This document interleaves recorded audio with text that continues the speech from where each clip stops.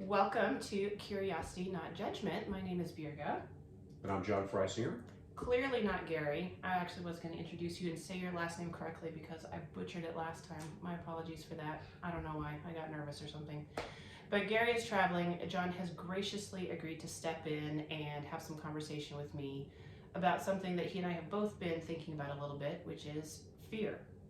And so, as we tend to do week by week, have a theme question, and I'm going to say, what are you afraid of is our theme for this week.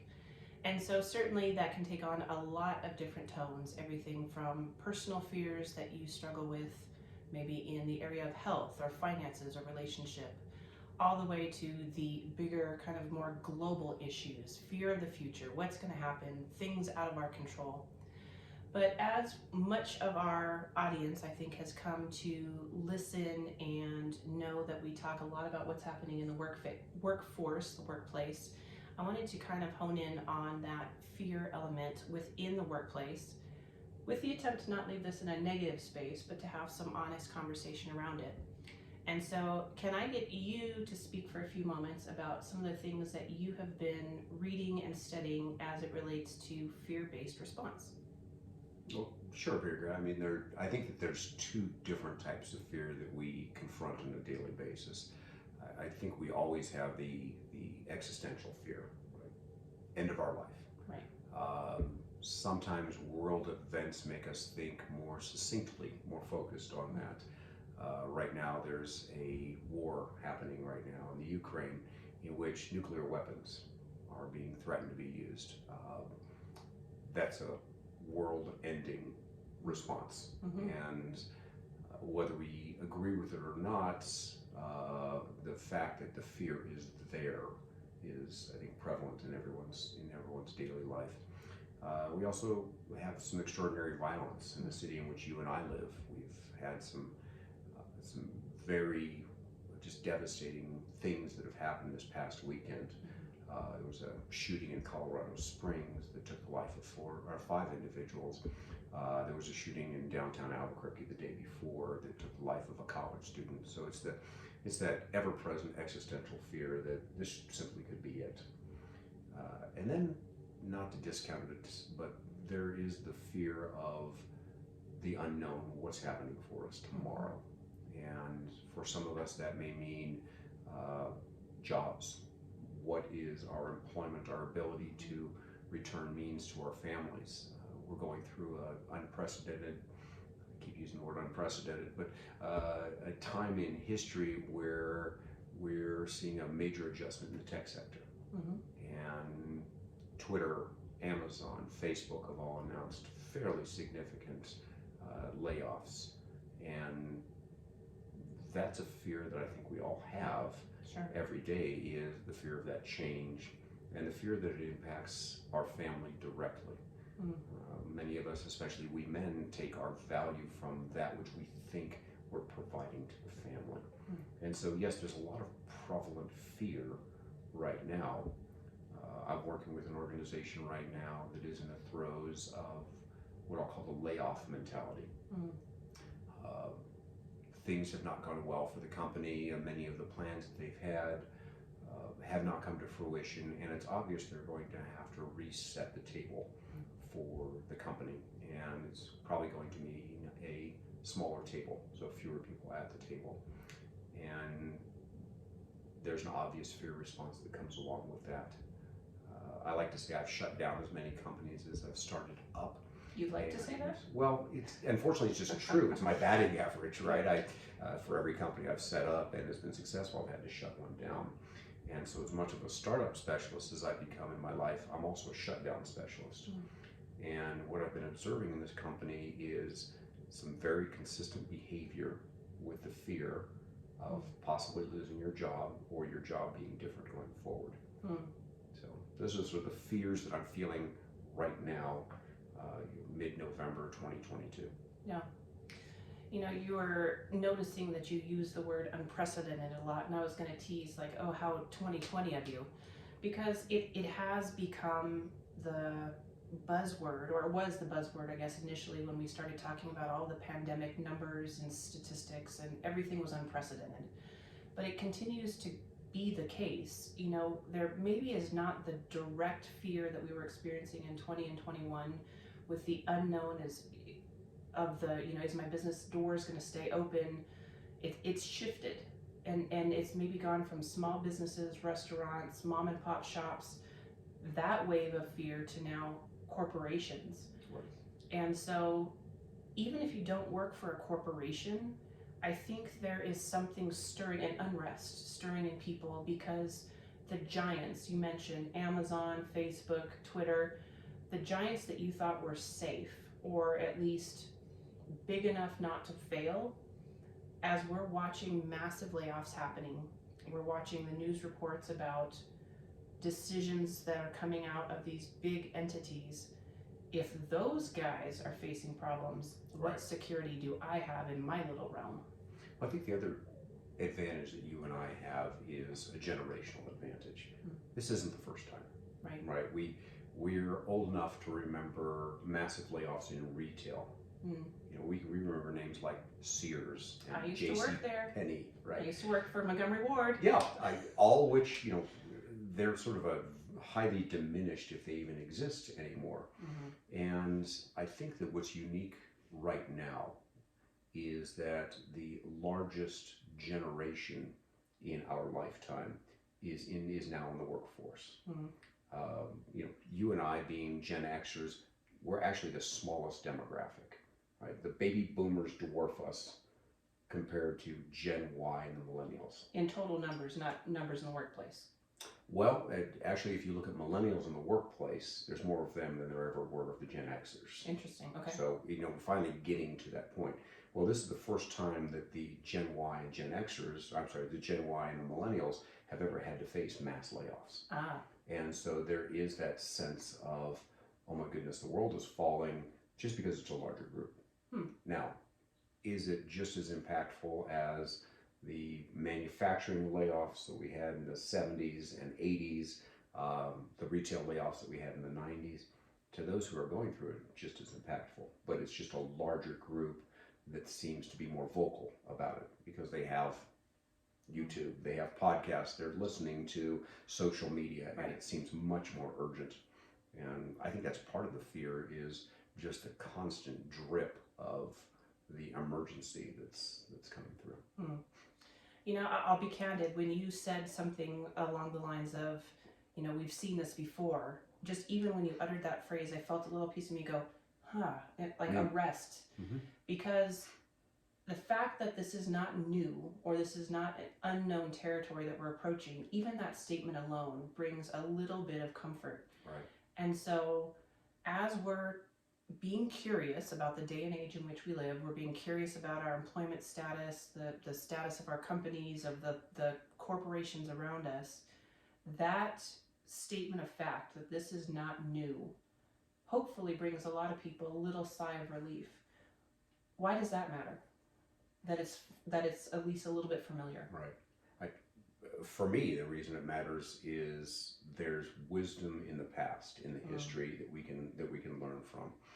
I know that sometimes, oftentimes on this podcast, you will talk about God and your faith, and God's eternal, right? He weathers layoffs, he weathers the good times, he weathers the bad times. He's there pre-war, he's there post-war, and so oftentimes people revert back to their faith when they are in times of fear, which actually is kind of exciting for me, because we've seen over the past 20 years this steady decline in church attendance. Yeah. Well, I suspect that as we start to face these job crises, these existential fears, that we're actually going to see a resurgence within the church to get people back to that, because foundationally there's some knowledge there. As an individual, however, if you can go back and think about the things that have always anchored or grounded you, I think that helps you get through the fear as well. If you have a daily practice that you got out of practice, can you go back to that baseline to help steady you for the fear that you're going to face during the day? A lot of the folks that I work with, we talk about the power hour, the first hour of your day. What do you do? Yeah. And there should be 30 to 40 minutes worth of something physical. It doesn't have to be hitting the weights hard. It doesn't have to be distance running, but it could be yoga or stretching or breathing. There's got to be some reflection and some prayer in there. So 10 to 20 minutes of that power hour being devoted to reflection, prayer, goal setting, and then just 5 to 10 minutes of just quiet, intentional breathing and focus. The big trend now is called mindfulness. Right? We love mindfulness. It's prayer, right? It's simple contemplation. My dad used to refer to it as reflecting on your navel, right? Just the time you're just sort of staring at nothing. And yeah, if we can set that anchor every day, no matter what happens during the day, you know what the anchor is going to be the next morning. Yeah. I'm going to be able to move. I'm going to be able to breathe. I'm going to be able to pray. All those things can kind of anchor me for whatever's there. So one of the things I tell people all the time when they start with a program like Transcending is, if you don't already have a daily practice, just make one up. We've got one you can use, but just make one up and make sure that you have something spiritual. Make something that's sure that you've got something that focuses you. Usually it's breath work with us, and make sure that there's something that's physical, because if you can touch all three of those bases, then you can launch into the day and whatever fear you may have during the day. I know you're a big believer in a reset procedure as well, and so assuming we have a morning practice or a first hour of power. Yeah, sure. Power hour. Yes. Assuming we have those things, and then inevitably during the course of the day something happens that triggers that fear response, what is your reset that you use for yourself, or one that you might suggest for others? So it's one of the three that I practice every morning, right? Okay. If I have time to go for a walk, or if I have time to stretch, sometimes just the physicalness of it reduces the stress hormones that are immediately spiked, because fear really is a response to a stimulus, and most of that response is chemical. So the big thing is get the chemistry out of your body. Okay. How do I get the fear chemicals out of my body quickly? The best way to do it, go for a walk or some low impact, sustained exercise. If you can't just get out of the situation, I know everybody can breathe. So at least take the time to think about your breath. And if you've never practiced box breathing, just practice it. Right? Box breathing is sort of a 4-second inhalation, a 4-second hold, followed by a 4-second exhalation, and then a 4-second hold with an empty lung. And that's why they call it the box breathing, right? So you breathe in for 4, you hold for 4, you exhale for 4, and then you reset for 4. That helps with the chemistry. It flushes the chemicals right out of your system. If you've ever done any military training, it's exactly what they teach military snipers to do before they start to take a shot, right? Because it takes all the chemistry out of your body. And for some of us, I always need to piggyback with some prayer, right? I always need to look to the eternal, look to the Father and say, I need some help right now.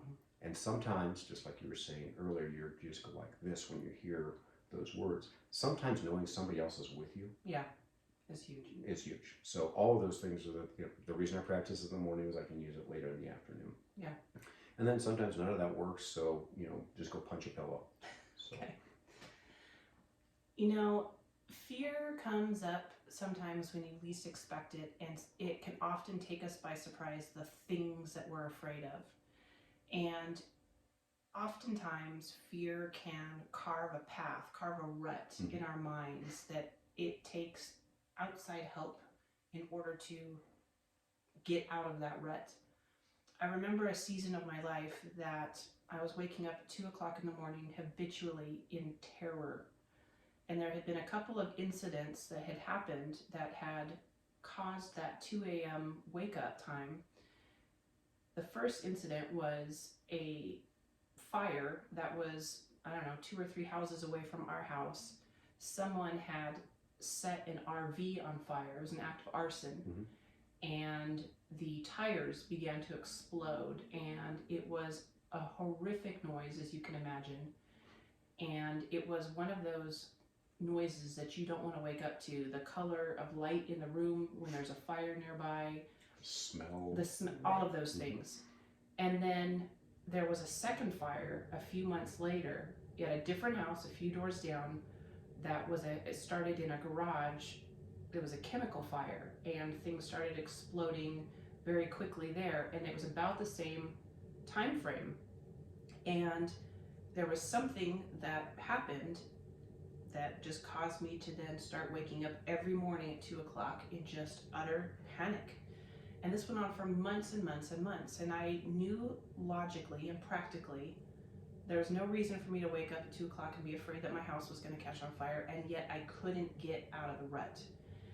And I think many of us have had similar experiences, and maybe there's an initial trauma that carves a path in your mind, in your heart, in your spirit. And as you continue to think on that, it deepens the groove, and you just need somebody to boost you out, some tool, some counseling, some external force. And so if we've developed those types of patterns, whether it be something relationally, at home, or in work, do you have some thoughts around initial steps to begin to look for help when you can't get out of your own rut, your own fear rut? That's a dangerous place for me to comment because Okay. I am not a counselor or a psychologist. Sure. I can certainly comment on what I've seen. Okay. What you're experiencing is a trauma. I think you used the right word. And, we now have words, language for that response, right? We actually talk about post-traumatic stress disorder, right? And most of us think that that's something that only people coming back from a war zone have, but we all have trauma in our lives. And sometimes we can laugh about it, and sometimes it affects our physiology. I'm 55 years old. I still wake up in a panic that I have to go and take a test I didn't study for, right? Okay. And it's just a memory from when I was a little kid. Sure. Right. So it's not on the level with your fear of the arsonist that was out there. What I have seen in therapy for the interrupt for trauma, because that's really what you're trying to do, is the majority of the nights you've fallen asleep, there has not been arson. Right. Okay, so it's 2 nights out of the thousands of nights where you've gone to bed. But for some reason now, your body has a new pattern that it's recognizing, right? So something bad happens at this point, which is why you're waking up. It's much the same with, for instance, PTSD. Right? So there's a friend of mine was actually on patrol in Afghanistan, and he said, "John, lovely spring day.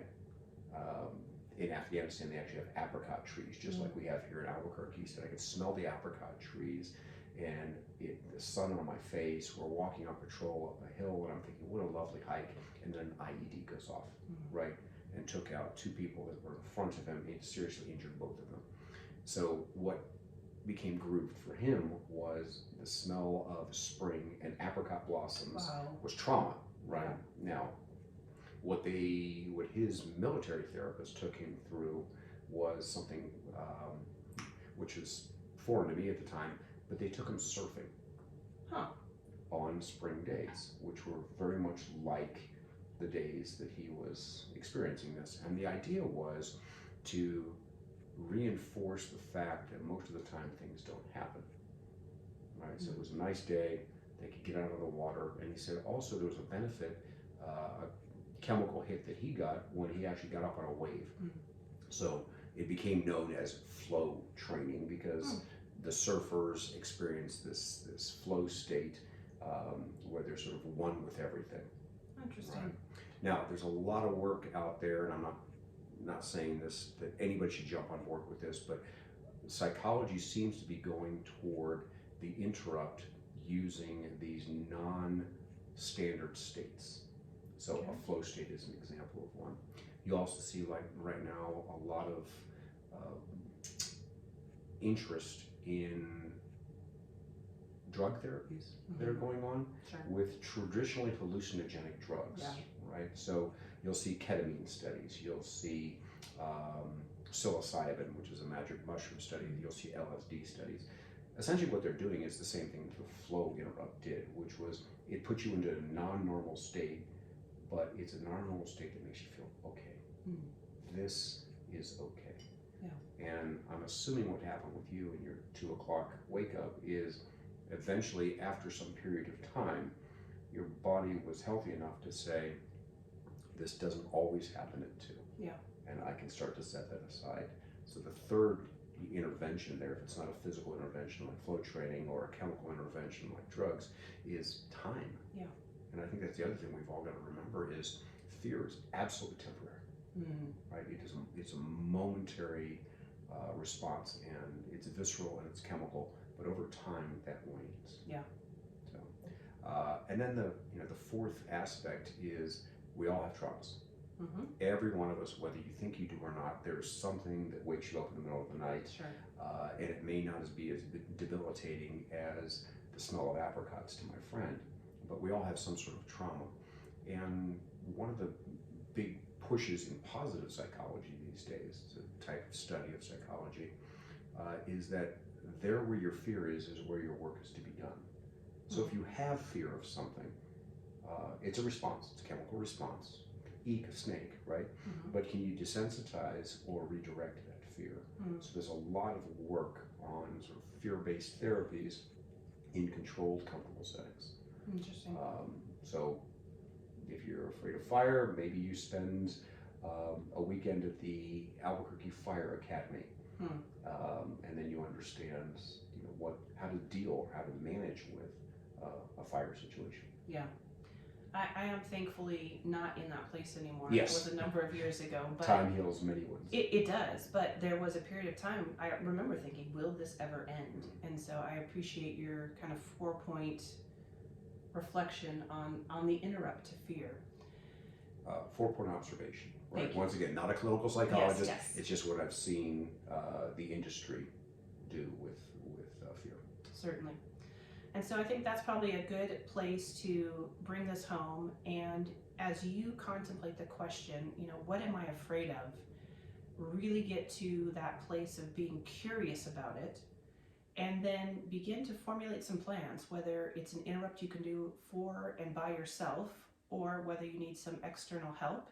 And by all means, I know Gary and I have advocated that. I think John has just said as much as well. Look for help where you need help, and do that interrupt of whatever that fear that has hold of that element of your lifestyle that's impacting your health, your well-being, your sleep, your rest, your work, your family, and start doing the work in that space. Yeah, if we assume our natural state is joy, if we're not in joy, it's probably fear that's interrupting that. So there where your fear is, where your hard work will be. I like that phrase. Well, John, thank you. I appreciate Absolutely. you taking some time Thanks to for chat. coming over. All right. Well, next week I think Gary's back around. If not, maybe I'll peg John again to join us once more. But John Freisinger, and do you want to point to your website real briefly? Certainly, we have a community of flow practitioners called Transcendim. Transcendim.com is where you can find us and join our community. So excellent. And if you'd like to jump in and join this conversation, you can always find all of the ways to connect with us at curiositynotjudgment.com. Have a great week, and we'll see you next time.